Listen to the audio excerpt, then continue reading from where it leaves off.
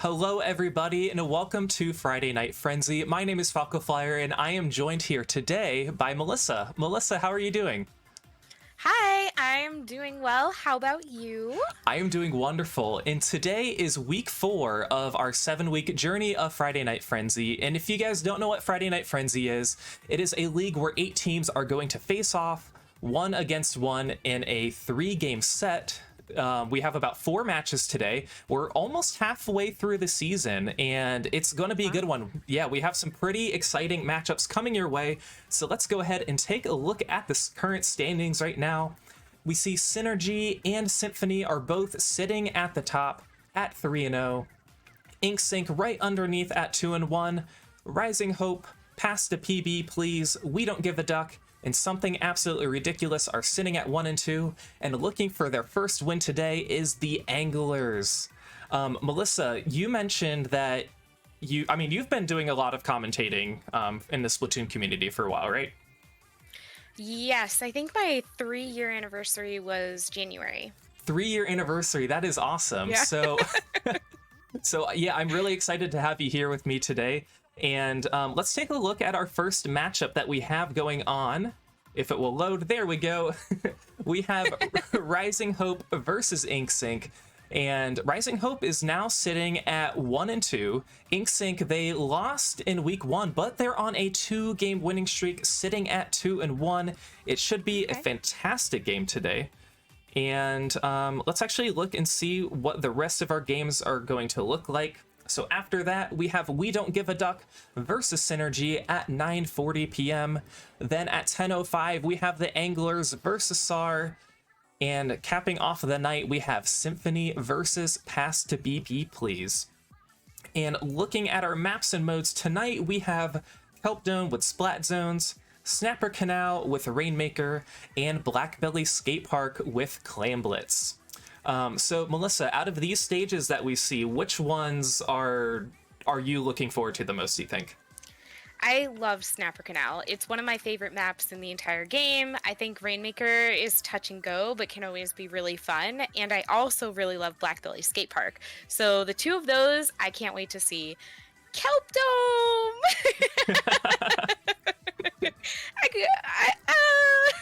You know, Kelp Dome, Yeah. No, I totally get that. I don't know, these are all, I would say, not very fan favorites of any Splatoon stages that we have so far, but you know, I don't think it's going to be too bad. Luckily, Kelp Dome is zones, and you know, zones might be the most friendly mode for that stage, if you ask me. There's no Same. Yeah, there's no tricky way you could take the Rainmaker and getting a KO in about 10 seconds. You know, typically with Clam Blitz, it can be really hard to defend the basket. So, you know, we'll see what happens. But I know Kelp Dome for me on zones, it's one of those stages I always forget to paint like the top middle part when I play. You know what I mean? Yes. Yeah. Absolutely. Exactly. I always just forget it's there, and we get the whole bottom part. I'm like, oh, why aren't we capping? What's going on? You know? But yeah, it should be a good one. So let's have a look at the roster of our 2 teams facing off. Again, Rising Hope versus InkSync. It should be a good one. So Rising Hope and InkSync, they are both teams who they're both established competitive teams. You know, as we mentioned before with Friday Night Frenzy, we're fortunate we have 4 pickup teams and 4 established teams. So we really got a good mix of different players, different skill levels and abilities, and it should be a good one. It definitely will. I mean, watching some of these players come into the lobby, I recognize some of them already. I believe both of these teams played in a couple of SAC tournaments as well, if I'm remembering correctly. I could see, you know, where you're talking about with the established teams. It's always a good thing to go in and think, oh, last time I saw them, they played this or they played that. And I always really like watching what they come up with next. So it'll be fun to see. But we have game 1 to start off with. Again, Kelp Dome with Splat Zones. So let's get going. Can't wait to see what they decide to do. Yes.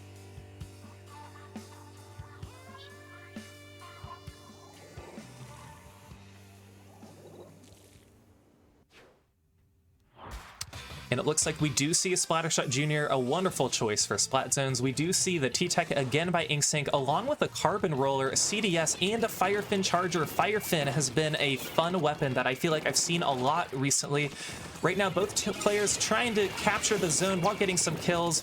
One player down now on InkSync, 2 players down now on Rising Hope, 3 players down on InkSync, and can Rising Hope get the zone while getting that 4th kill? They can. And it looks like they don't quite have the zone yet, but we've seen Inkjet, and now Rising Hope has the zone, starting the lockout phase against InkSync. That was really good takedown too, because they were kind of conscious of it, but they weren't totally paying attention. You and I were talking earlier off screen about forgetting that middle area, and I think maybe that's what happened right there too. Certainly. As we saw, 3 players were down on InkSync. Again, Rising Hope is continuing to lock out. It looks like we see a bunch of players who are pushing left for InkSync. Let's see if Guigas can get in with the knot. Again, counting down, 2 players down now on InkSync. Can Guigas get in? Guigas has their special. We see the Firepin up on top. Rain slowly approaching, but Guigas goes down. We have 35 remaining for Rising Hope. This is going to be a tough one to kind of get out, because they're definitely camping that middle block, and it's very difficult to get over that when you're in this map, which is one of the reasons I don't like this map, because you have such a hard time getting out of spawn, especially because they're doing such a good job applying pressure here. They certainly are, and it looks like Rising Hope is going to get the 1-push KO and get the win for game 1. You know, the match... Yeah, go on. Oh, no, go ahead. I was going to say the match started a little rocky for both teams, but Rising Hope really controlled the zone and picked it up. They really did. That's what I was going to say too. Like, you read my mind, that they were able to hold on to that control and just didn't let anything get in. And even looking at the KA here, you can see it's so low because there wasn't enough movement, that they weren't able to continue to push in. It was just like, hey, like, we have this and we're going to hold on to this and we're not really going to let anything go. And I think when you play a game like that, it gets really intimidating for someone for the rest of the team to kind of find a way to figure out how to handle what they can. Certainly. And we're going to take just a second to tally the score. We'll be right back.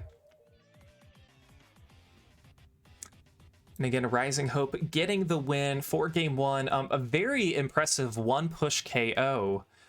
Next, we have Rainmaker on Snapper Canal. And Melissa, you mentioned you really like Snapper Canal, right? I really do. It's one of my favorite maps. I said that before too, and I have like a little bit of a selfish reason as to why I really love this. I love the water. You love the water? I love the water. It's like when you go to mini golf and you have those like water traps. They're it's just so much fun. And especially because people in Rainmaker and in Clams on Snapper Canal, you have to utilize that water in order to get away from people. And you've seen some really great plays where somebody is going to go for that jump that's like kind of from the block directly across spawn, and they miss that jump, they're in the water, or they're kind of like hiding in some areas and they're in the water. And then when you have tower control on this map, there is no getting away from that. Anyone who has a baller on that tower, they're going in the water. You just can't, it's just not getting, you can't not do it. Yeah, exactly. And I mean, I play Junior a lot with Ink Armor, so I get knocked into the water all the time. So I might not have the same love for the water that you do, but I get where you're coming from. Don't worry. Yeah.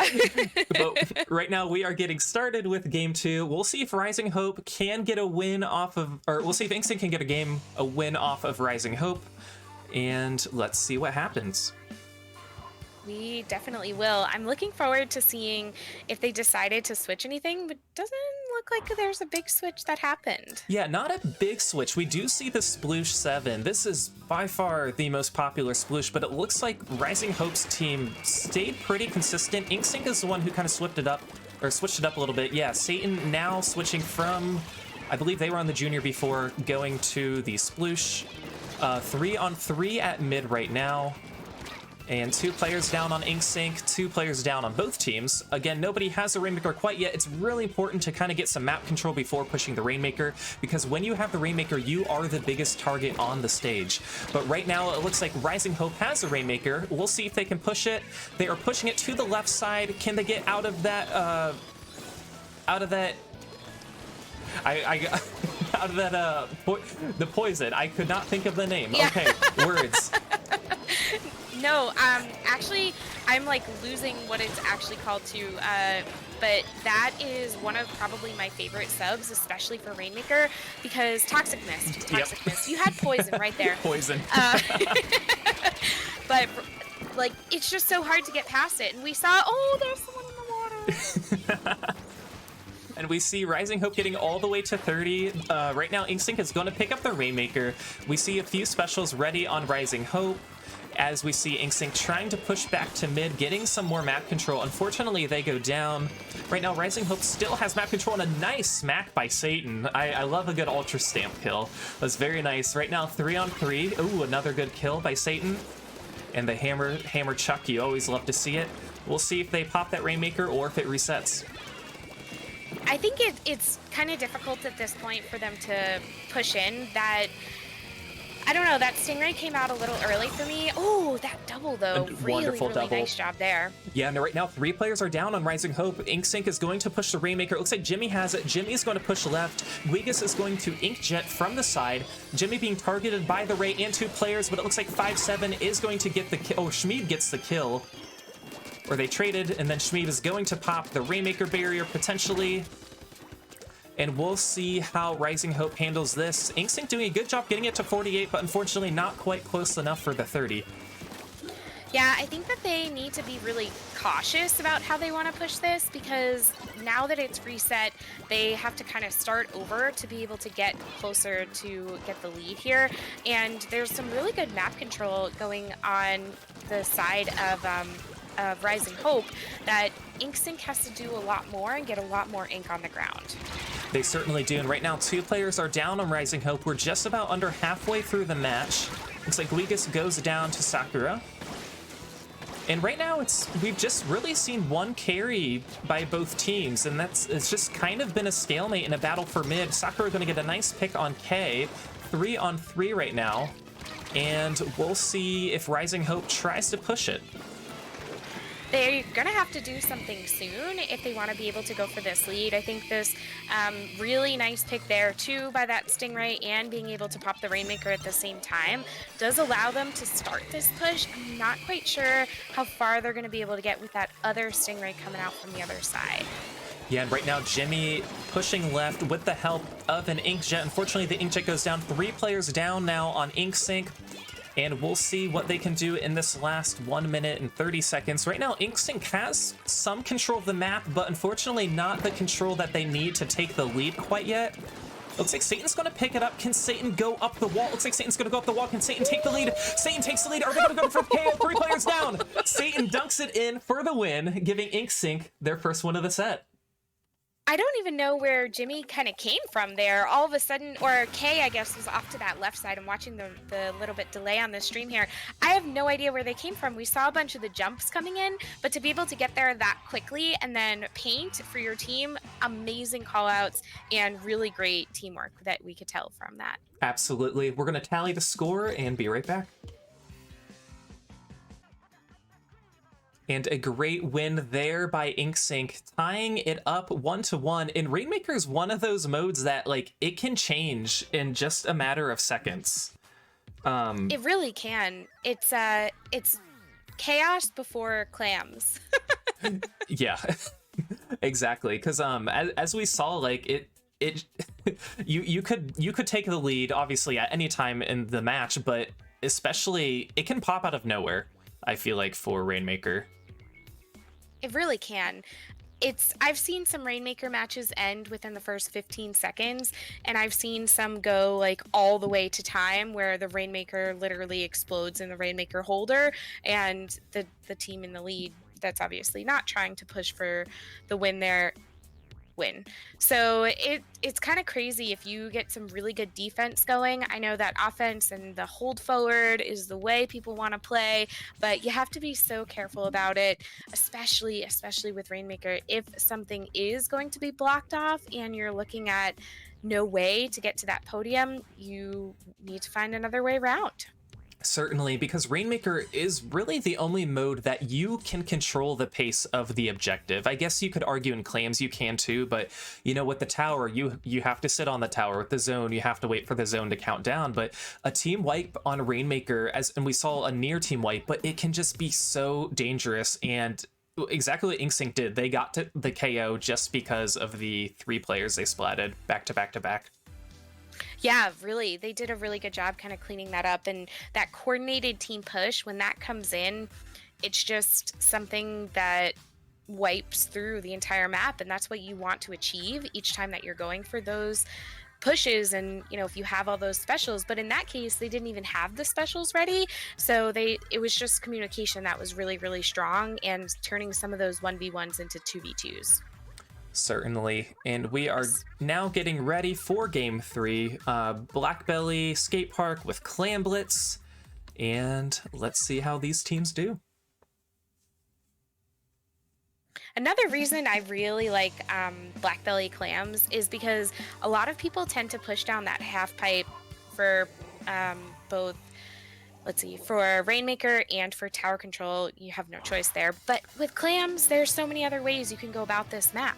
Certainly, and as we look at Rising Hope's setup, we do see the Ink Brush. Ink Brush is a very common weapon that we see in Clam Blitz. Always be sneaky. It's typically the one that is going to score and throw in the power clam, but not all the time. As we see 3-on-3, a very early Stingray by InkSync, likely the custom Jet Squelcher. I always forget that paints pretty well, and you can get your special pretty quickly with that weapon. You definitely can. I saw something kind of interesting there, that Jimmy is actually wearing Haunt, which is not a piece of gear that we tend to see a whole lot, but is really, really good for this because this is such a large map. Being able to know exactly where, everyone else is here is going to offer a huge advantage here as they're able to get that first break too. Certainly, InkSync did get a team. They had a player advantage with 3 players down on Rising Hope. Gets one Clam in. Can they follow up? It looks like they slowly can. And now we have 3-on-3, and Satan's still going to get a little more in. 71 remaining. 2 players down now on InkSync. And a pretty successful push. I've seen the game won at just a 71 push, and I think, if you can do something like that and just hold it down, that's fine. But obviously both of these teams, as we saw in Rainmaker, they're both so strong, and they're going to continue to kind of push this objective. They certainly are, and we see an auto bomb rush by 5-7. Auto bomb rush, they can be really hard because if you're in a position that you just can't escape, you can try and jump out if you can time it right, but if not, you're out. You're out of luck. And it looks like, are they going to try and get a power clam in? It looks like Sakura is, and they're going to need 4 clams if they want to take the lead. And it looks like they do take the lead. They're also jumping a pity clam. Can Shmeeb get it in? Shmeeb cannot get it in. 3 players down now on Rising Hope, with 5-7 still there. Can 5-7 score? Can they get the petty clam? No, but 2 players are jumping in. Unfortunately, the basket is probably going to close, getting them to 62 remaining. That was a really nice push, though. More coordination, just like we saw in that last game. Really paying attention of exactly where we want to be. They were throwing clams to each other so as not to call attention until they were right under that basket when they built those 2 power clams. So it was a fantastic job. It certainly was. We see Jimmy with the Ray and with the power clam. 2 players down now on InkSync, and 1 player's down on Rising Hope. Both teams have a power clam now, and we're just under halfway left in regulation. And let's see if Jimmy's going to sneak forward a little bit, kind of testing the waters. And yep, there were 2 players there waiting. Jimmy was shooting to wait for a reaction, and he got the reaction. He definitely did. This is where it's really difficult to kind of push through this half pipe, and why I like that other people go throughout this map in different directions. The basket did get broken from off to that left side, and they need just 1 clam. Oh, Guigus was so close. Can they close. get that other one? Oh, so close. It was a valiant effort, and then, with Clam Blitz, you can't tie, so InkSync is going to be given 1 extra point. A lot of people, when they're starting off this game, they don't know how that works, but yeah, in all these game modes, you actually can't tie. So, InkSync will have to try again to take the lead with 11 penalty points. Again, right now, Rising Hope has 19, so if they get a power claim in, they'll get rid of their penalty points. But right now, both teams have their pity clam and seem to trying to get player advantage before they really push the claims in. I think that's so smart too. There is, 3 down on the side of InkSync right now, and we see some more of this amazing teamwork that I just can't kind of get over from what we've been seeing so far here from Rising Hope. They've done a fantastic job just making sure that they're coordinated with every push that they're achieving here. They are, and they had some wonderful special pushes, getting all the way to 37. So that's really going to help extend their lead. But now they have 3 players down. We're under 1 minute left, about 45 seconds now. And now InkSync is going to have 2 power claims that they can work with. Satan, I believe, is sitting at 7 as well. So they have the potential to really make a wonderful push. They certainly do. Unfortunately, they need to do something about that brush before they can do anything, because just throwing walls of ink up basically are going to be very difficult to get past. And they do that. Now here's that push. And yes, Satan gets that claim in. Pigweegus get that power claim in, getting to 34-28. They take the lead. 3 players down now on Rising Hope. Can InkSync keep this basket open for 7 seconds? As long as you score when the basket is opened, you win the game if you're already winning. And it looks like that's exactly what Jimmy's doing. Jimmy's just going to wait. Overtime starts. If Jimmy scores, that's the game. Really nice job there. I think even holding on to that, like you said, making sure that you get that last score in while overtime is in progress is a great way to do it. And they would have knocked it out if it hadn't been time anyway. So really fantastic job from them. Certainly. 6 stingrays. 6 stingrays. Whew. It's incredible. We're going to tally the score and be right back.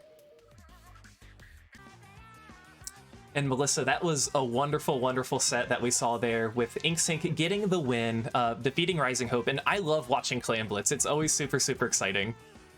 I agree. I am so excited that we're doing this together because Clam Blitz is my favorite mode. I have a real fun story about it, actually. So the first LAN I ever attended, I was playing with Vic Villain, if you're familiar with who they are as a YouTuber, and a couple of other competitive players, and all of a sudden it was the weekend Clam Blitz came out. Nobody knew what they were doing. It was like this mode that everyone's like, oh my gosh, how do we handle this? How do we tackle it? What are we gonna do? And we came together and we were able to win our set with Clam Blitz. So it was just one of those moments where you're like, yes, this has sealed it. It will forever be my favorite mode, and it's pure chaos. How do you not like chaos? There are a ton of people who I understand why they don't like Clam Blitz, and especially with I think the ranked mode curse of, I have teammates who we just can't communicate with each other, so everyone's kind of playing their own game. And Clam Blitz is one of those modes that really, really require a lot of teamwork, and it's hard in solo. A lot of people say they don't like it in solo, but they really enjoy it in league and in comp and all that. So but no, both of these teams did a wonderful job. They really did, and I'm looking forward to seeing what our next 2 teams do with all these maps. One of the things I also really like, we were talking about format a little bit earlier tonight, and I love how it's now set up that we can compare each of these teams against each other of what do they do differently. And I think that's good for the teams too, because they can go back and watch the VOD and think, all right, everybody did a fantastic job on this, and we did really well with this comp, and we were working towards, holding map control, but this team did this with that comp, and they had map control a lot longer than we did, and then that made them win. So maybe we should change up something, and then they can practice something new. So it's a really great format for that too. It certainly is. And let's have a look at the teams playing. I'm trying to figure out why this didn't update. Let's see if I can refresh it. Let's see. Tech things, exactly. Let me see if we can get this going. I like that one of the players in this lobby is named Fishball.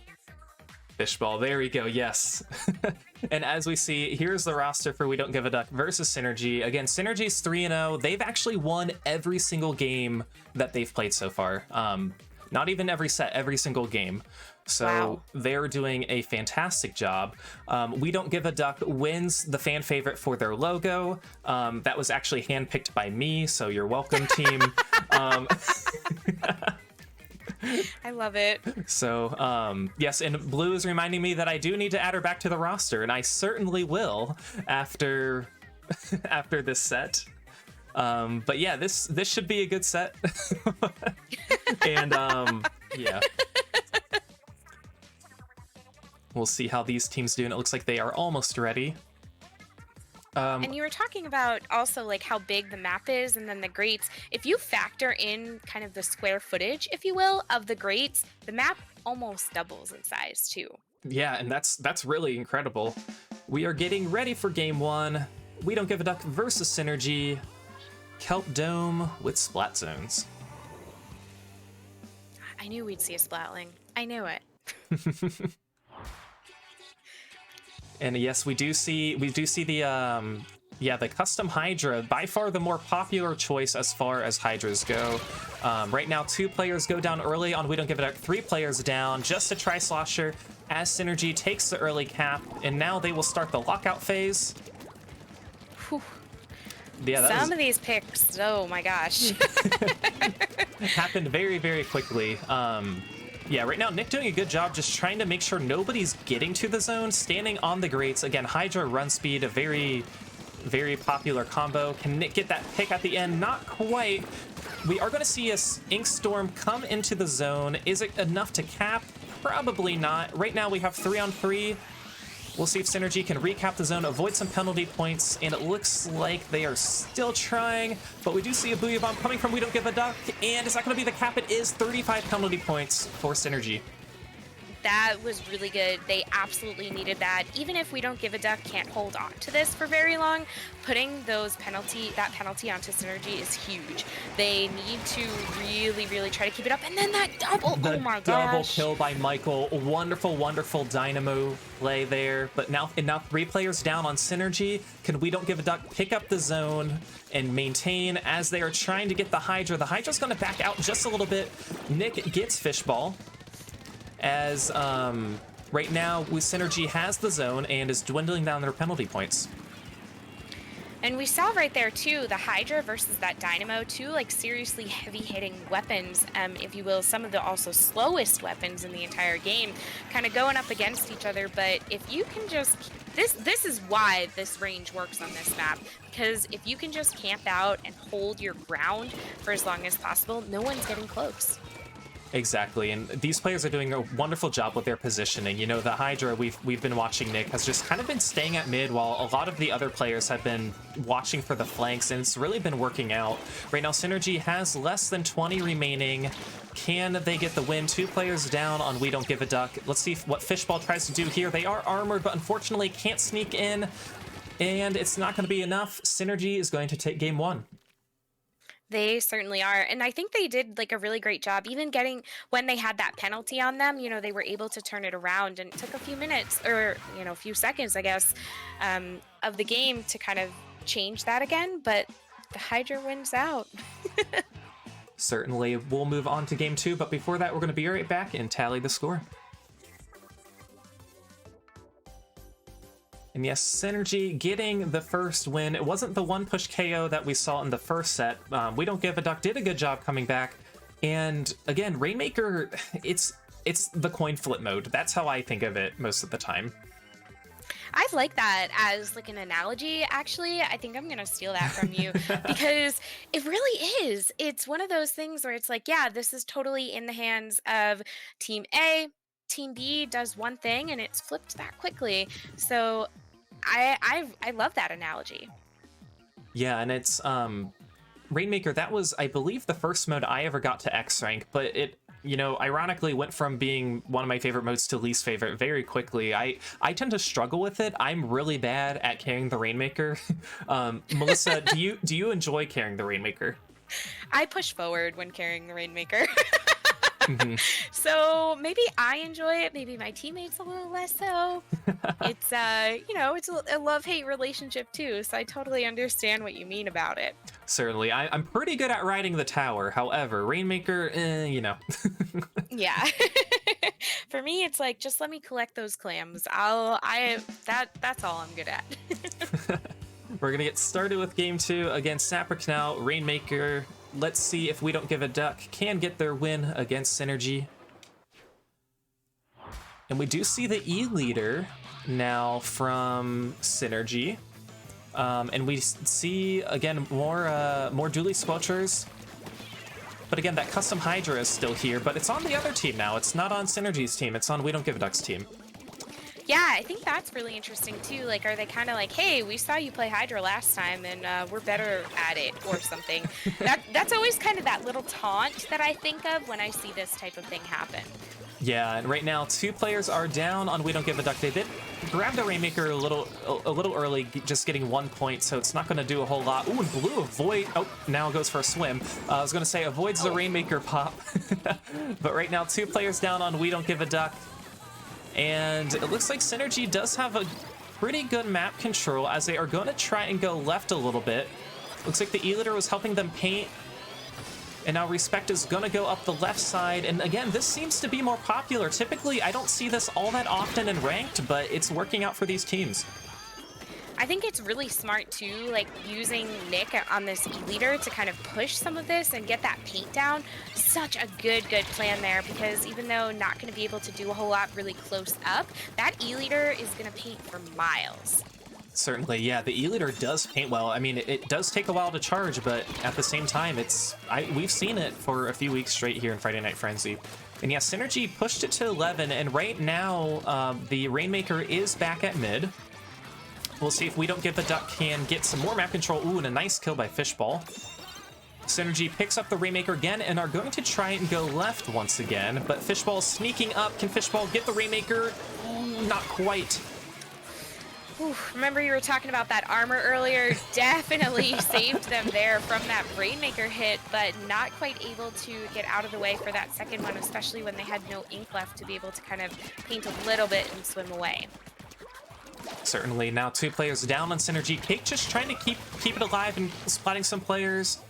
Looks like they may pop the barrier. Let's see if anybody from We Don't Give a Duck picks up the Rainmaker. It looks like Michael does. And now it's a battle for map control. That's really interesting too, because they are going to be able to start to get some. There's a couple of trades that are going on here too, but with only 2 players right now up from We Don't Give a Duck, it's going to be a lot harder. SynRG does have a little bit of an advantage just for that reason alone. Certainly, and again, the Rainmaker not really at mid, but kind of at a halfway point as far as the score goes. 3 players down now on We Don't Give a Duck. Let's see if SynRG's going to pop the Rainmaker. It looks like Drago's trying to get the barrier. Drago's not going to quite get the Rainmaker quite yet. They're focusing on painting the path. Cake sees both players and is going to try and go. And 1 player down now on SynRG. They do have the Rainmaker. And let's see if they try to push left again. Looks like that's kind of their plan here. I think they seem to be pretty coordinated, but just really a lot of pressure coming out from this Hydra here. And even though they're able to kind of sneak in too, really nice job there. It's going to be difficult to get past this Hydra. It is, and right now Nick has a Rainmaker, tries to take cover, but unfortunately goes down. 3 players down now and We Don't Give a Duck. And it looks like 1/2 of 3/4 is going to push up with the Neo Splash. Again, that's a very aggressive and fun weapon, if I may add. And right now, SynRG once again has a Rainmaker. They're going to start to maybe pull back a little bit, maybe get their, I don't want to say ducks in a row with We Don't Give a Duck being on the other team, but get their players closer to the Rainmaker. 2 players down now and We Don't Give a Duck. And yeah, SynRG just kind of taking their time, but again, they don't need to rush. They have nothing to rush for. Oh, now they're going. They don't. There they go. Yeah. Yeah. Oh! That is the. Oh, that was so close. I thought that was a dunk for sure. I did too. I was right there with you. That is the 1-point meme though. The hardest thing to come back from is that 1 point, because that means you just have to dunk it to win. Exactly. You have to get it on that pedestal, and that is a long haul right now for We Don't Give a Duck. It certainly is. And again, Rainmaker, you can't tie, so you have to dunk it to get the win. You have to get the knockout. And right now we just have about under 30 seconds left. We Don't Give a Duck had the Rainmaker, goes down, and right now Drago getting some kills. 2 players down now and We Don't Give a Duck. 3 players down now. Just the NZAP, and the NZAP is down. That is a soft wipe, as SynRG is going to probably be pretty conservative with the Rainmaker. Yep. Right now, they're just making sure nobody's flanking. They're going to hold on to it and get the win. That's exactly how you had to play it there, too. You know, going into the potential of overtime, if they did lose that, they needed to hold on to it. And they needed to kind of guard it a little bit in their zone, near their spawn, so that nobody else could come close. Absolutely. We will be right back and tally the scores and bring you game 3. And again, a closer match for We Don't Give a Duck, avoiding the knockout. But again, Rainmaker is one of those modes, it is hard when you're really trying to make that last minute push and, you know, your enemy team just has the Rainmaker and not necessarily bringing it back to their spawn, but just getting it in a position that is really hard for you to get. Yeah, absolutely. And I think that they did a really good job of kind of pushing when they could. And I know you had said earlier that 4 of the teams are established and 4 are pickups. I'm going to go ahead and guess We Don't Give a Duck is one of those pickups. Yes. Okay. Just because of their name. I'm like, teams like that, like established teams, they don't usually use fun kind of meme names, which I love. Yeah. I love this name.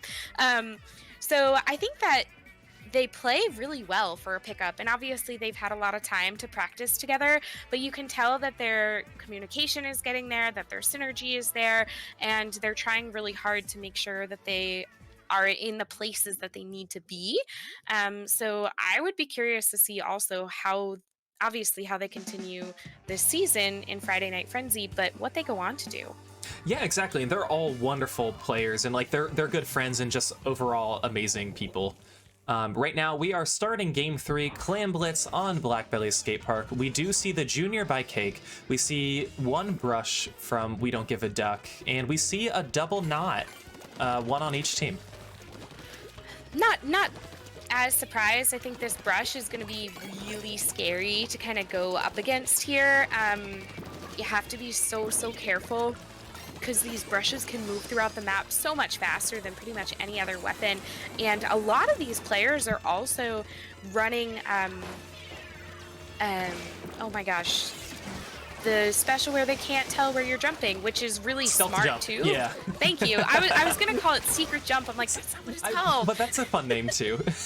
As we see a one-on-one right now, it looks like, unfortunately, We Don't Give a Duck couldn't get their power claim in. They were very close. They had the player advantage using the stamp, but it's hard on a 1v1 when you're nowhere near that power clam. But right now, Fishball gets another clam, and We Don't Give a Duck has the map control right now. We'll see how SynRG tries to respond. Ooh, it's going to be a little tougher for SynRG because they need to be super careful so that they don't lose this power clam that they do have spawned there. You know, I think also We Don't Give a Duck was doing a good job pushing in, but they went for that left push that's very easily defended. I think if they had gone kind of up in mid, maybe they would have had a little bit of an easier time getting to the basket. I know this left side is shorter, but everybody's going to defend there, and you have to be creative about it. Exactly, and Clam Blitz is one of those modes where if you can get that 10th clam right at the basket, that is ideal. Now, it's also tricky because you have to be sneaky there when you have a trail of, you know, like 8 or 9 clams with you, but and maybe your team isn't quite there for the follow-up since they're not there helping you, but yeah, it is hard. Again, when you have the power clam on you, you have a permanent point sensor that just follows you. Yeah, no, that's a really good way to put it too. Like, it is calling you out, exactly telling you where you are. Speaking of calling out though, Respect jumped in there too, and that was a really amazing kind of play that came out of nowhere. Yeah, exactly. That jump was, I'll say kind of random, but hey, it was enough to get the score and for SynRG to take the lead. And right now, it looks like We Don't Give a Duck is trying to jump in. They do get the claim and get the score. They jumped in 2 pity clams, or 2 power clams, and got the lead. Unfortunately, they're wiped, but hey, 60 is beating 80 right now. It certainly is. I think that was a great play. It's those like sneaky kind of plays that you have to be careful of that really take the cake in that instance. I mean, 2 power clams from jumps, no less. Wonderful. Certainly. And we see 2 players down now on SynRG, and it looks like We Don't Give a Duck was trying to organize how they wanted to get some claims, but Nick is going to come in with the baller and scores, and we'll see if other members of SynRG can come back and score. It looks like Respect scores 1 claim in. Right now, 3 players are down on SynRG, and so not quite enough to take the lead just yet. I think there was kind of a key mistake there that happened. One of the things that became a mantra when Clam Blitz first came out was don't pop the ball. And that's what they did. So they were able to pop that ball, which allowed them to throw the power clam in. But had they held off, then the player needs to pop the ball, which loses the clam. Exactly. So it's a tough decision to make. It is, and that clam or that power claim just goes kind of in a random spot. So you rely on your ranged team members to score, or to I was saying score as in Drago is trying to score, but try and get that pick. And it looks like SynRG does take the lead. They are leading by 5, but right now it looks like We Don't Give a Duck has 3 power claims. And again, just because you have 3 doesn't mean you're in a better position to win. You probably have more visibility against you. Let's see what Blue can do. Pushing up with the specials, pushing up with the stamp too. Are we gonna get 2 claims in? Ooh, 1 person goes down. Is Blue gonna score? Blue cannot score. And we have 2 claims sitting there. Fishball's gonna go back, and maybe we'll see what they're gonna do. Try and go around, making sure that all sides are covered, as we have just under a minute left. It was actually a really smart move from Fishbowl too, because coming in to be like, hey, they just, took out a lot of our team. I could sit here, I could try to push this, or I know they're gonna attempt to push right now because we're really low. So that was really smart to kind of come back and try to defend over here. It was, and it looks like SynRG's trying to score, and it looks like they do. They get in another power clam, getting all the way to 26. And after this basket closes, assuming it closes, we'll see what We Don't Give a Duck can do. But right now, Nick is still scoring, getting them all the way to 17. We Don't Give a Duck is going to have 3 power claims to work with. And it looks like they're jumping. They're jumping. Are they in? They are. Is Blue going to get hers in too? Yes. 37 now. But not enough clams right at the basket. Oh no, and unfortunately they're cornered. Blue's going to ink chip, but Blue's alone. Ooh, and Blue goes down. Oh, so close. But a wonderful... Really close. Oh my gosh. Yeah, that was really close, and a wonderful effort by We Don't Give a Duck. It really was. I was really impressed watching that game, and had me on the edge of my seat, which is exactly what you want for Clam Blitz. It certainly is. SynRG gets the win, stays undefeated. We Don't Give a Duck. They got better as the matches went along. I love to see it. We're going to be right back while we tally the score, and you guys stay tuned. And what a fun set, Melissa.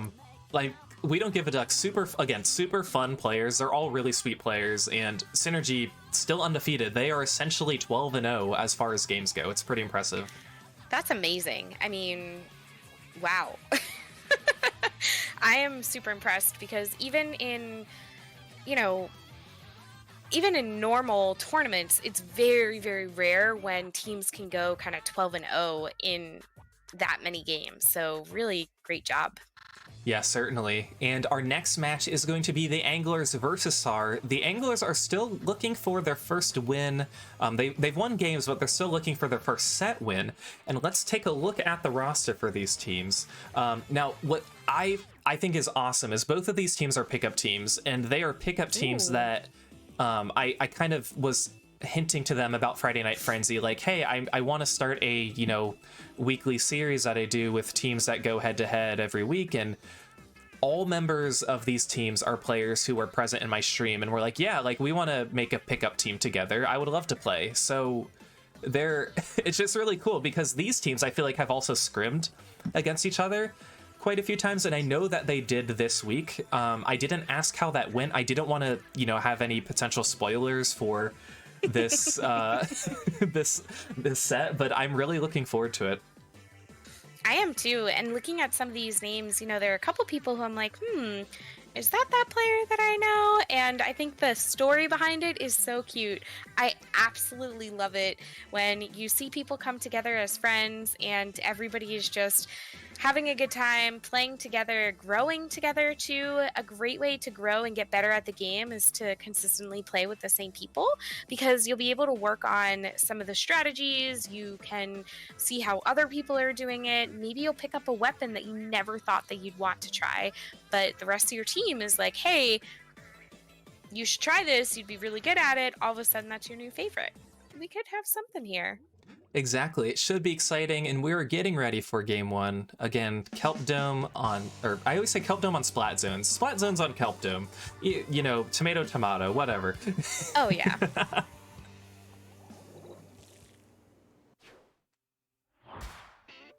And we see a Vanilla Pro. That is the first thing that caught my eye. I do like it. It's, I would say, the least popular pro weapon, but it's actually one of my favorites. It's one of the kind of first weapons that I ever learned to play the game with, and I think that it's definitely really strong for this map because its range. Like you were saying earlier, this map is so big, you need weapons that are gonna give you a lot of range and paint. So I think that that's a really fun opportunity here, and they kind of round out this comp with a dynamo that's going to go really far, and then they have two weapons that will build armor and paint very well. So I think that this is a really good plan for them, and something that I'm looking forward to seeing if they can kind of hold this down against the anglers. Certainly. Now SAR has the lead. They do have map control. It looks like the anglers are slowly starting to push in, but Frazier doing a good job keeping them out. The rest of the team doing a good job as well. And these, I think what's hard is these teams or these players are coming in at different, they're coming in at different times, which is always hard because then you're always one player down. You're not necessarily feeding as a team, but it's hard to really work with your team. But let's see, it looks like SAR almost lost the zone, but they were able to regain it. Let's see if the anglers can maybe get one cap here. 3-on-3. They're kind of running out of time, though. Ooh, here's the last chance, maybe. Can Chunky do it? Oh, with a nice point sensor. 2 players down now. Yes, 73 penalty points. And Wow. that is a team wipe. This map is just, or this game is turned upside down now. It definitely has. Talk about a coin flip, right? We have the zone going in the opposite direction and a really good potential for the anglers to kind of keep SAR out if they can sort of hold on to this zone, but getting caught in that point sensor might not be helpful, and then a Booyah comes out. I don't know, this could be kind of tough. It can be, and of course, like, keeping an eye for the players who are starting to come in the lockout phase, it can become pretty tricky because the flanks, you know, it could be the grates, it could be either one of the sides, or it could be over the wall. There are tons of areas that you can flank. Now 2 players are down on the anglers, but it looks like the anglers almost, can they keep the zone, or can they avoid the penalty points rather? I don't think so. Let's see, 2 players down. SAR doesn't quite have it just yet. Chunky's gonna come in again with the baller. And SAR still does not have the zone. It worked for them last time, and almost, I think they kind of forgot about that top section that you were talking about, and some of these sides are a lot harder to see, but they did a really good job clearing them out too. Yes, anglers are now maybe going to take the lead. Yes, they take the lead. Is this going to be the game? It is. Anglers win game 1.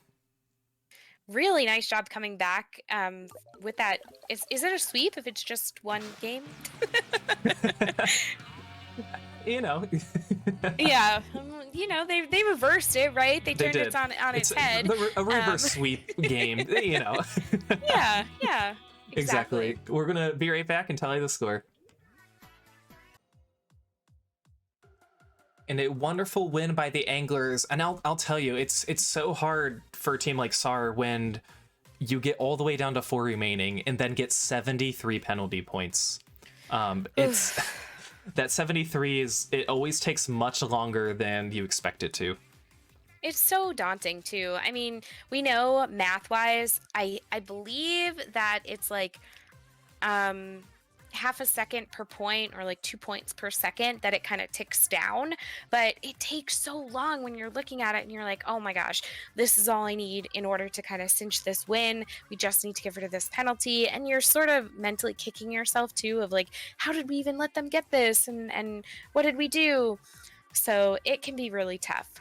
It can be. And, when you just need to hold on to the zone for, 3 more seconds and then the penalty points hit, it's like, okay, we kind of have to start over. And typically when you get the penalty points, you're not in a position, you don't have the player advantage because the other team just took the zone. So again, as we saw, because the Anglers did get a team wipe against SAR right when that happened. And like you said, it's more of like a moral thing, or like a morale thing that kind of gets you down. But we are now getting started for game 2. Again, Rainmaker on Snapper Canal. And to coin flip times 2. Anything is possible. It definitely is. And I'm really looking forward to see a foil squeezer. Does that one hit home? I always look at it and I think this is so random. Why? And it's not a weapon that, a lot of people pick up. It's not something that people tend to choose and that we tend to see. So it's really something that people must be comfortable with if you're going to see it in a game like this. Exactly. I think it's a hard weapon to play. But when it's like one of those, it's hard to learn, maybe easy to master once you've kind of figured a few things out. I'd put the Bamboozler maybe in that same category. But I would agree. It looks like SAR's going to pick up the Rainmaker. Let's see which way they go. It looks like they were going to go right, but unfortunately go down, I believe, to the Inkjet. Right now, SAR is still down by 1 player, but it looks like they still have a lot of map control. But the Anglers are going to break the barrier of the Rainmaker and now take over mid, as 2 players are now down on SAR. And now the Anglers are going to push left. Can Kadena get over to the wall, trying to avoid the shots? Unfortunately can't, but takes the lead with 61. And there were a couple of really nice trades going on there too, with only 1 player up as well on the Anglers. It's going to be really difficult for SAR to kind of continue that. Or I've reversed that. I'm sorry. It's all good. We see 3 players down now on SAR. Can the Anglers go up? If they get this, it's going to be their first win of the set. Can he get in? Yes! The Anglers get their first set win, defeating SAR with Rainmaker on Snapper Canal. Congratulations. Rainmaker's one of those just like quick games that just kind of happen. Yeah, I love watching it. It was my favorite mode before Clams came out. We'll be right back and tell you the score.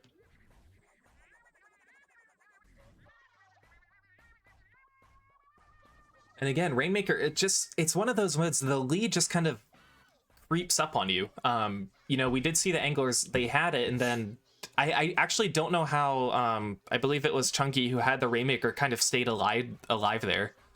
Yeah, I was watching that too. I'm like, this is crazy. Maybe there was some armor that we had missed before that, but sometimes you're like, does the Rainmaker give you this special ability to sort of take way more ink than maybe you would have previously? I'm not sure, but surviving some of that is crazy. Yeah, and especially when you're going down for the dunk, because the speed of which you dunk is something that a lot of players don't really maybe practice timing or practice like aiming at, so it can be tricky. It can, especially if you think that somebody's going to come from one direction of that podium and then they go somewhere else, and that dunk could really surprise you of kind of where it's coming down, I guess. I don't know if I'm explaining that correctly. Yeah, no, I totally get that. And we're getting we're getting started with game 3. Let's see if SAR can get a game win off of the Anglers, and let's see what happens.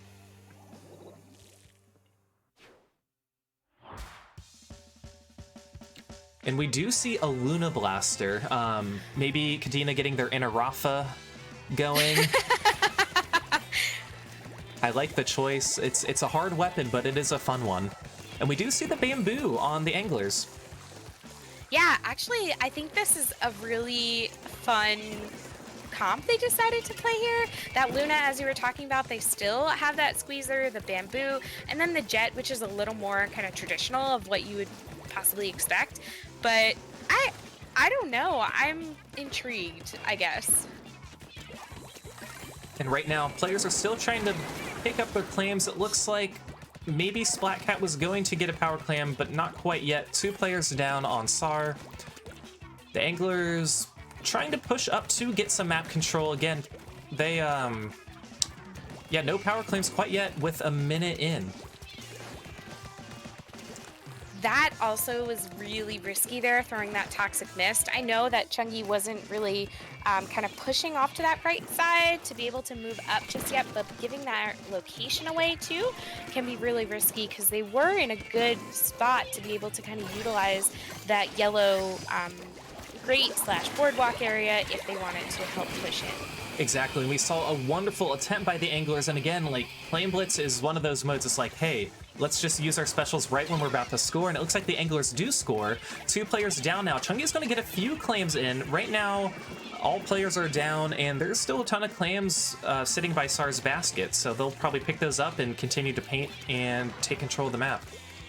They definitely will, and I think Crow is in a fantastic position over here for those jumps that are going to come in right now. They do have a lot of power clams too, that if they can utilize some of this time, it's going to be a really nice push. And it looks like they will, because 3 players are down now on the Anglers, and SAR has the clams, has the lead, has the pity jump as well, gets that in, gets all the way down to 33 with 2 players still alive. Can Crow get some more claims in? They can, getting all the way to 21. Savage still alive, Savage down, and now Crow is spotted. That was a really, really good push. That was fantastic. I mean, down to 21, it's a huge penalty on them too. 39, that's going to take 2 power clams to knock out. But I mean, with a push like 39 on this map, maybe you don't even need those power clams to force that knockout. That's true. Now Kadena is going to push in with the baller, kind of goes up the side, is going to drop. Are they going to get to the pity clam? Not quite yet, but Chungi's going to go in and score, getting down to 64. 2 players down now on the Anglers. And let's see if Buddy and Wanton M&M can get any follow-up. Looks like Buddy's going to get some claims to follow up, getting down to 58, 3 on 3. Wanton M&M went around the back, gets 1 clam in, and right now SAR has that basket pretty well protected. That's the play I was talking about earlier. You know, SAR did a really nice job because they didn't break the baller, so that forced Anglers to have to break it themselves. They lost that power clam then. It eventually actually despawned because nobody was able to get to it fast enough. So those are the types of plays that you need to be really conscious of. Like, if I, you know, go for kind of this kill, this pick on the other team and pop the baller, maybe you'll have a chance to get it, but a stronger possibility is they'll be in a great position to break open the basket. That's very true, and now the Anglers are going to work with their power claim that they have. It looks like there might be a baller in jump, and that wall did a very good job preventing the baller from getting too close.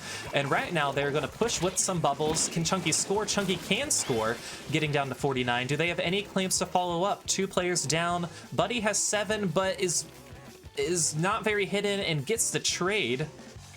So they got all the way down to 49. I think 49 is not bad there either, so it was pretty good. And at this point, it's kind of gonna be the moment for SAR to say, hey, do we want to push this? Do we want to risk this? They're being sort of smart too by collecting as many loose clams as possible because they don't want to give the Anglers an opportunity to make another push. Certainly, and the Anglers, they just need 2 pity claims or 2 power claims to take the lead. That would get them all the way down to 19. Right now, 3 players are down on SAR. And let's see, Buddy's going to get a pick on Crow. Buddy might be trying to watch the Jet Squelcher and staying alive by the bubbles. Can Kadena push up? Again, 2 power claims. These are the 2 power claims they need to take the lead, and we're going to get one to overtime. Here's going to be the jump. Can they get both of these claims in? They can! We have had such good clams games. Oh my gosh. Whew. That was really great to watch. It certainly was. So Sara avoids the set sweep and gets a win off of the anglers, but again, super fun play from both of these teams. We are going to be right back while we tally these scores. And congratulations to the anglers for getting their first set win. Again, like that Clam Blitz match, I just love watching it, especially those overtime pushes. They're so incredible. They really were. I mean, that was so well coordinated too. You know, they had the bubbles, and those bubbles saved, I mean, they saved that player 2 times, I think, because they were kind of down within that pit off to sort of the right side if you're looking from mid. And then when they were able to push in on that left side, the bubbles were there again to kind of help and support that jump too. So I think that was just really well done. It certainly was. And, you know, I'm not a big fan of Blackbelly as a stage in general, but Clams to me is the most tolerable. So I don't know. I just really enjoyed watching it. So Melissa, while we have a little bit of downtime, I have to tell you, I have Mango Pepsi with me right here. What? That's a thing? That's a thing. I do a segment called Thirsty Thursday every Thursday. I know today's Friday, but it's new, it's fun, it's worth trying. If if you like cherry Coke, I highly recommend it. It's a citrusy cola, so I'm enjoying it so far. This is what's keeping me awake. It's late. It's past my bedtime right now. Typically, mine too. Typically, I go to bed not way earlier, but like around this time, I should say, on the weekday, but not on Fridays because we have Friday Night Frenzy. No, I totally feel you. That's really interesting. I'm gonna have to see if I could find that because I really like mango flavored things. I know some people it's like kind of an acquired taste, but I really want to try that, and I'm curious, how does the Pepsi taste with it? So I'll definitely need to source that out. They should sponsor you. Yeah, trust me. We've talked about sponsorships, Costco, if you're listening. But no, I actually got this at the gas station, so it's probably pretty easy to find. But I know I saw commercials for it. I'm like, oh my god, like I have to try this. This is my calling. I love like the weird sodas, the weird colas, and kind of all that they make. Also, yeah, I was actually... Oh, go ahead. I was gonna say, my mods are calling me out now that I don't go to bed at 10 p.m. Eastern time, but you guys can ignore them. That's fine. I mean, when you have a full-time job and working from home, we can extend some of those hours every so often, but at some point we're all going back to the office, and it's gonna have to be like early, school night type bedtimes again. Exactly. Certainly. And we still have one more set coming your way. We have Symphony versus Pass to PB. Again, Symphony is another undefeated team, and Symphony, I'll say they're always like scrimming, and I love to see it because like KO and Takira, they both stream all the time, and whenever I see them streaming, they're always like scrimming, practicing, participating in tournaments and all that, and it's like super cool to watch. And then Pass to BB, please. I feel like I have to give you the rundown of this nickname. Please. So every time somebody's like hosting private battles or doing something, or even if they're just playing Splatoon and a new person comes into the Twitch chat, they're like, hey, can I have the password? What's the password to the private battle? So it kind of became an inside joke with Kiki and I as a member of Pass to PB, and then it kind of expanded outwards. But again, these are all really fun players. If you know D, Brumsky, Kiki, and Omar, few of them are members of Day Old Sushi, and both, I mean, players from both of these teams are fantastic. Oh, yeah. I was looking at these names and I'm like, oh, yeah, I recognize so many. Obviously, like Brumsky and Omar, I know from Day Old Sushi, and D from Spawn Point as well. Kiki, I've seen around everywhere. I have to say, though, Swampy has my heart, a huge supporter of GSM LAN, someone that you see every time, and I'm always excited to talk to him. So that's going to be so much fun to watch Symphony as well. They've been a team that's gone through a lot of roster changes, too, and they continue to evolve and work on, how do we be the best version of ourselves, and I love that about teams. Oh, certainly. They're the type of team that will really reflect on themselves, and they're like, what can we do to improve? And that, you know, they'll just review all the material that they really need to review. And that's great, because a lot of teams, it's hard to do that at times, you know. It's hard to be like, okay, where were my mistakes? What did I do wrong in particular, you know? But this team does a really good job with that.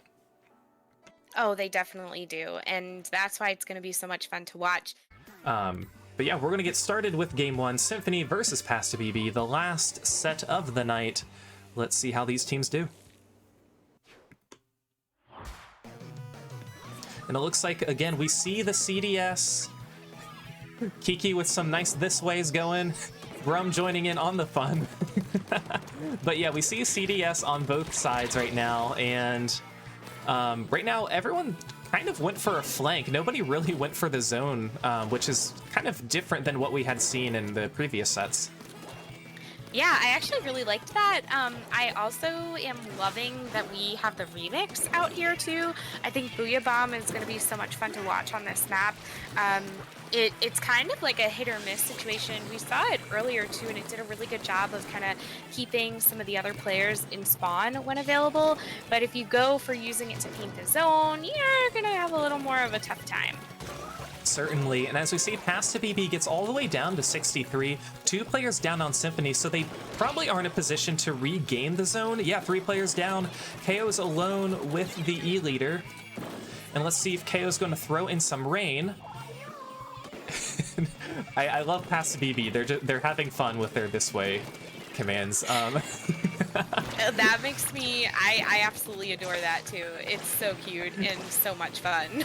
It is. And right now, 2 players down on Symphony. Pasta BB still has the zone. Can Swampy is going to go down from the Booyah Bomb. Like you mentioned, I love seeing the heavy remix too. It's a super fun weapon to play. 10 remaining now, 2 players down on Symphony. Can Pasta BB hold on for the next 3 seconds? It looks like they can. Yeah, and I have to say, I think I'm not quite sure. I guess we'll check when we get this KA right now. But Omar at one point had more splats than and assists than the rest of the team combined. Doing some serious work with that dynamo, and really, really amazing to be able to watch. To, you know, we were talking about how much we love watching people play certain weapons. That was fantastic to watch. It certainly was, and we're going to be right back and tally the score. So with these very quick Splat Zones matches, I don't think we've really gone the full 5 minutes with game 1. Yeah, I think every one of them has been kind of a knockout really quick. We haven't had any time to kind of continue with that, whereas we've had overtime, I think, in at least once in all the rest of the sets in either Clams or Rainmaker. So definitely can show you how quickly you can knock something out and how long it can take too. Yeah, certainly. And game 2, Rainmaker on Snapper Canal. This will be the last time we see it tonight. So Melissa, is there anything that you haven't seen yet with this stage that you might be looking forward to? I don't think so, because the one thing that I always wish to see more of is Toxic Mist, but I think that all the players have really been utilizing that really well for Rainmaker so far. I would say I want to see more of Omar's Dynamo and Kiki on that bamboo, and kind of like how quickly they can utilize like the slowness of the dynamo with the quickness of the bamboo. That's going to be kind of a good thing if we get to see that again. But nothing that I've missed so far. Anything that you missed that you want to see right now? Not really. I do like how both of these teams have kind of gone up the left side. Again, that's something I just kind of forget exists, but you know, we'll see what happens. And we see a pretty similar setup. It looks like Omar did switch from the Dynamo and switch to an N-Zap this time. And we don't see a Charger anymore. I'm going to guess KO is playing the Jet Squelcher. With a very nice Splat Bomb kill on Brumsky. Swampy doing a good job there. And another bomb kill. Swampy just laying down these Splat Bombs. I love that. You know, you have to be so careful of where those are kind of coming from, and Swampy is also using them to paint, which is really smart. Building a special to be able to support this Rainmaker carry too. It's really, really important right now, and doing a fantastic job of getting there. It is, and as Takira has a Rainmaker, 2 players down on both teams. Takira's going to try and get up there, doesn't get killed by the missiles, but gets killed by Kiki. That's probably worse. Kiki getting some nice shots off there. Symphony, I should probably include the paint colors. There we go. Getting all the way down to 37. Really nice job there, and we do get the Rainmaker pushed a little bit by Pass to PB, but you know, not anything. I mean, 37 to 87, really not. This game can still go anywhere. You know, we have plenty of time as well. And they are able to, Symphony is able to pick up the Rainmaker again, and they're going to kind of continue to try to make this a little bit of a stronger push.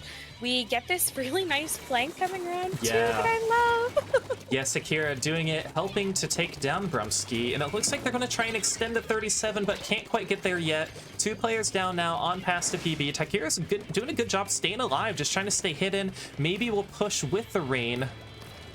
Instead is going to throw a suction bomb right at the Rainmaker and get a trade. That was so smart. That little bit of sharking there, able to take at least 1 player down, will help the rest of the team kind of create some more support mid. There are 2 specials that came out too. Ooh, that's a rough one. It is 2 players down now on Symphony. Pass to PB gets it just under their 87. And again, 2 players down. It's hard to grab it when you don't have the player advantage unless you're just so close to taking the lead. Even this point too, like once you have your special ready, you don't want to grab that Rainmaker until you can pop that, because you don't want to lose out on using that. So Kiki does have some missiles at the ready, which I think she's gonna wait, but she gets taken out from behind, which is also really tough. Indeed, and 3 players down now on Pass to PB. We'll see if Symphony picks up the Rainmaker to potentially extend their lead. They need a little bit of map control first. And Omar ready with the armor. Will probably use it pretty soon. Yep. As 1 player goes down on Symphony, Omar's trying to push up a little bit. And again, with the NZAP is such a fun weapon to play. I very much enjoy it. Omar takes down the Rainmaker 2-on-2. And then takes down the CDS. Just 1 player alive. Jet Squelcher's down, and we'll see what Pass to PP does with the Rainmaker.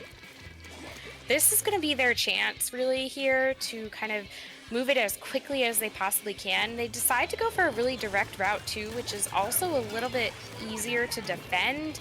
I almost wish that somebody would be able to flank up from the top and maybe take someone out up higher at spawn, and it looks like that's what Kiki was attempting to do over there, too. Indeed, and now Kiki up top unfortunately goes down, and 2 players down on Symphony. They do lose the Pass to PB loses the Rainmaker. It looks like they might try and grab it to extend. Brum's going to pick it up.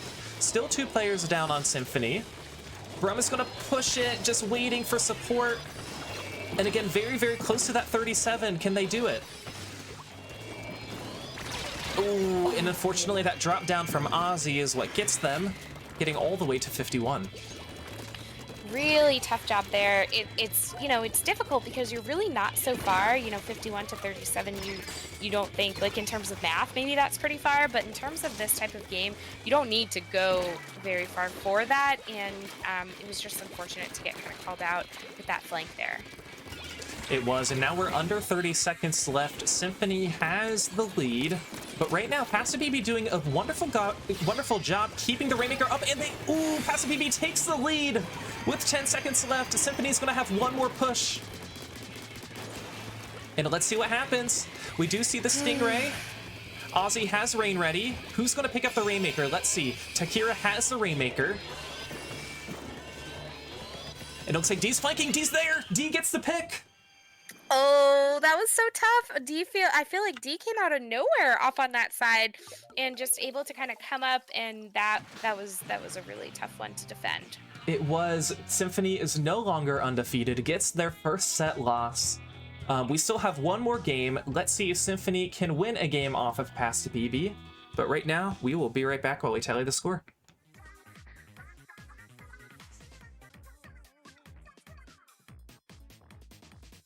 And it's Rainmaker, that last 10 seconds, you know, luckily Symphony, they did have an opportunity, but all it takes is one person to flank to get the person with the Rainmaker. Indeed did a wonderful job just kind of sneaking on by. Oh yeah, that was so good there. And one of the things, Falco, that I thought was so cool too, I don't know if you noticed at the end when we looked at those KAs briefly, Symphony had double the KAs almost of every player, right? There was a huge difference there. So they were really set up to be able to kind of hang on to that. And it was just that little sneaky bit that kind of pulled it out of Pass to PB, was able to handle it at the end there. And I think that proves like what you were talking about earlier about how quickly this game can flip-flop and flip to that other side of the coin. Certainly, and Pass to PB did a wonderful job just keeping the Rainmaker on Symphony's side, keeping that pressure there, and that's one of those things that you could call it feeding, but you're keeping the pressure on that side. You know, you just have that little bit more, and yeah, Symphony's gonna get the KAs, but at the end of the day, Pass to PB got the win. Yeah, really great job. And now we move on to the last game, Clam Blitz on Blackbelly Skatepark. Let's see. It's awesome to be able to end the night with this too. I'm so excited. Oh my gosh, yes. Let's see if Symphony can get a win and avoid the sweep. And we do see a Neo Splash on both teams. I love to see that, as along with a Kenza sloshing machine. And I'm like, I don't know how I feel about this Kenza sloshing machine. I'm kind of like going back and forth in my head. Like at one point I'm like, oh, this is an interesting pick and not totally what I expected. And then I don't know. You know, it depends on the player who's playing it. And it looks like I can't tell who's playing it right now. Let's see, who is that? Oh, Ozzy's playing it. I mean, Ozzy's a very good player, and Omar's gonna score right now. Is there gonna be any follow-up? We shall see. D has a baller ready, just kind of playing Distractix and maybe getting the rest of their team over to score. Unfortunately, there's no follow-up. And right now, Symphony is going to try and get some map control. Brum is kind of on his own, picking up 8 clams and maybe going to score. He sees the clams that he needs, gonna try and get those picks along the way, but unfortunately is facing a 2v1. That's always really hard to do, especially an armored 2v1 as Brum goes down. Yeah, that's tough. When that armor comes out, if you're not in the best position, it's gonna be really hard. It certainly is, and Symphony is now going to score. They are in a better position for a follow-up, and let's see, Ozzy will likely do it. Oh, Swampy does too. Getting down to 65, but there were 3 players down on Pass to PB, so I think Symphony's going to take some time and kind of prolong this basket. And you know, a lot of the times you don't need to throw all of your clams in right away. If you know that your team is coming with clams, you want to try and prolong the basket. You want to maybe get those picks before throwing your clams in, and then, you know, throwing them in every 2 seconds or so. But that definitely helped Symphony get all the way down to 36. It really did. I was thinking that too, that it was a really great strategy to kind of hold on. They knew that a power clam was coming, and getting down to that 36 is huge for this map. It is, and right now 3 players are down on Pass to PB. Swampy's going to get a power clam right away and score. That's exactly what you want to do when you sneak a clam. That turnaround time was so quick, and you know, you have to time it right, because you can pick up your 10th clam and that power claim won't be formed yet. There's still like a little bit of time it needs to take to process, but Swampy did a wonderful job as they extend their lead. Really nice job. Ozzy's still alive over there too, had to jump out, which, you know, is always kind of nice to see, because if your whole team goes down in Clam Blitz, it's an easier opportunity for the other team to score, but choosing for one person to go back to spawn, they can kind of protect a little bit, and looks like that was their plan here. It looks like it, and now Symphony still has some map control, but Pass to PB doing a better job defending this time, as D's going to pick up that power claim to keep it alive. Let's see what D does with it. Gonna try and get some picks along the way. just about under 2 minutes now, and we see a power claim formed by Symphony. And yeah, now Passive PB doing a good job just slowly gaining that map control, slowly gaining mid. I think this is like what they want right now too, because they're gearing up to have a really big push coming out here. Kiki is in position for it too, and their shots that they're getting right now. Ooh, yeah. Did I curse them? Kiki just got stunned right by the paint. It was so close. It looked very, very promising.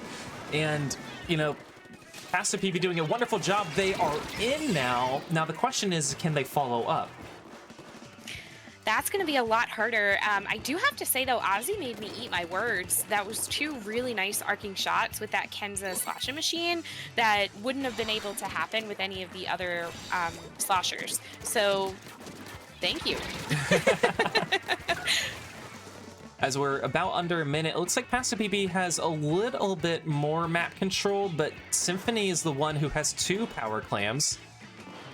And Takira is going to go try and maybe test the waters on the right side. But now Passive PB does have their power clam. We see a Ray. D's going to try to avoid it. D's going to ball her in, perhaps. Going to detonate. But unfortunately, they don't have... Oh, Omar now has a power clam. Omar couldn't get in a position to jump to D, I don't believe. And now 3-on-3. Passive BB, even though they have the map control, they don't quite have the pressure when ready enough to score. But let's see what happens in overtime. This is going to be a really tough overtime because they have to get the picks that they need in order to be able to kind of score this here. Using that stealth a little bit to sort of move that power clam is really smart. Brumsky has a few too. Ooh, now they're down. That was a really, really good effort. I thought Omar was going to score and then get the Booyah Bomb and, you know, everyone was going to come in, but Symphony doing a wonderful job getting that win. Really, really nice job there. And one more, you know, fantastic Clams game. I think every single one of them tonight was awesome to watch. Oh, I completely agree. It has been incredible. As we look at the stats, Ozzy, you're questioning Kenza's sloshing machine. It got 17 kills.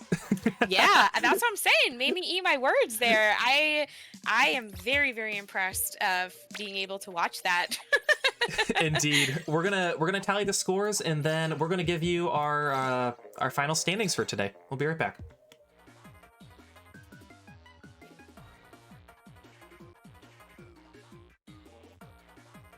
And what a wonderful set. We had super fun and engaging matches. Melissa, how was your Friday Night Frenzy experience?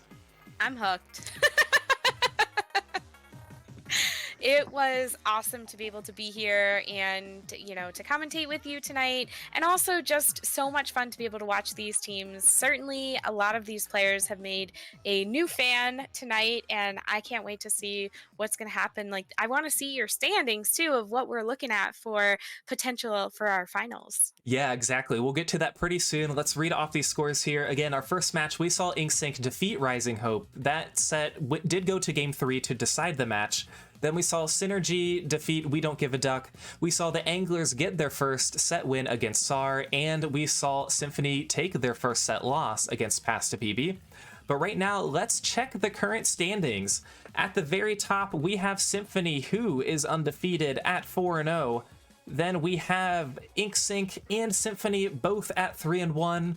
Passive PB is sitting at 500 at 2-2. And then the bottom 4, Rising Hope, the Anglers, We Don't Give a Duck, and SAR are sitting at 1-3. So the field is wide open right now. It's kind of not common. You have the final, or the bottom 4 are all tied. So what we have is, in the playoffs, we're going to have the top 4, but the ballpark is open. You know, it's pretty much anybody's game.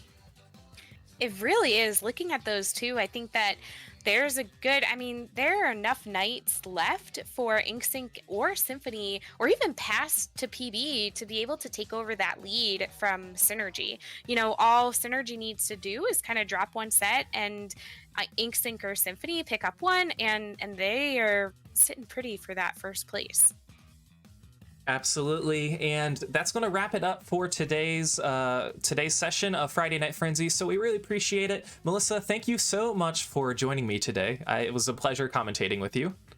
Oh, thank you. It was, absolutely my pleasure that you offered to have me on tonight, and I had so much fun. Thank you so much. Yeah, of course. And you guys can catch Friday Night Frenzy on YouTube by searching Falco Flyer 11. We upload every week onto our YouTube channel, and you guys can stay in touch by following Friday Night Frenzy on Twitter. That is FNF_SPL. Again, we're live here every Friday night from now until April 30th of this year, 2021. And we will see you guys next week. So thank you. We appreciate it.